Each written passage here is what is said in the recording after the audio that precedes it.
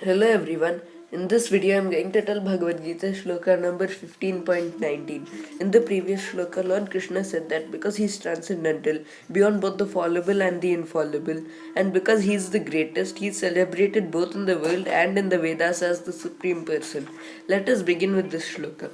Yo mamevama sammudo janati purushottamam sa sarvavid bhajati mam sarva bhavena bharata. The meaning: Yah, anyone who, Mam, me, Evam, thus, Asammudaha, without a doubt, Janati, knows, Purusha Uttamam, the Supreme Personality of Godhead, Saha, he, Sarva with, the door of everything, Bhajati, renders devotional service, Mam, unto me, Sarva Bhaveda, in all respects, Bharata, O son of Bharata. The whole meaning is, whoever knows me as the Supreme Personality of Godhead without doubting is the knower of everything. He therefore engages himself in full devotional service to me, O son of Bharata.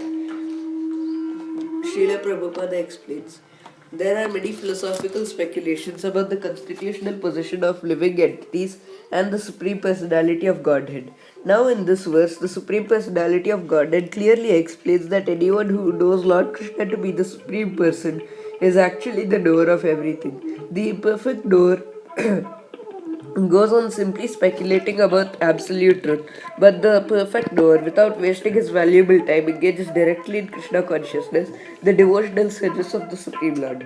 Throughout the whole of Bhagavad Gita, this fact is being stressed every step.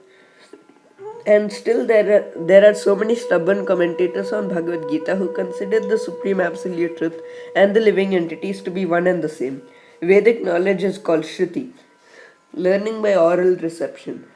One should actually receive the Vedic message from authorities like Krishna and his representatives.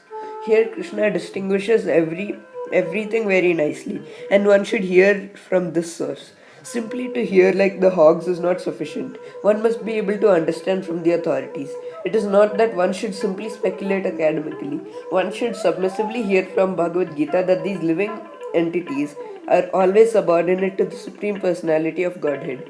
Anyone who is able to understand this, according to the Supreme Personality of Godhead, Sri Krishna, knows the purpose of the Vedas. No one else knows the purpose of the Vedas. The word bhajati is very significant. In many places, the word bhajati is expressed in relationship with the service of the Supreme Lord.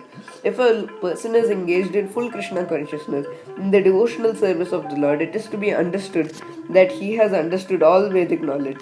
In the Vaishnava Parampara, it is said that if one is engaged in the devotional service of Krishna, then there is no need for any other spiritual process for understanding the Supreme Absolute Truth. He has already come to the point because he is engaged in the devotional service of the Lord. He has ended all preliminary processes of understanding.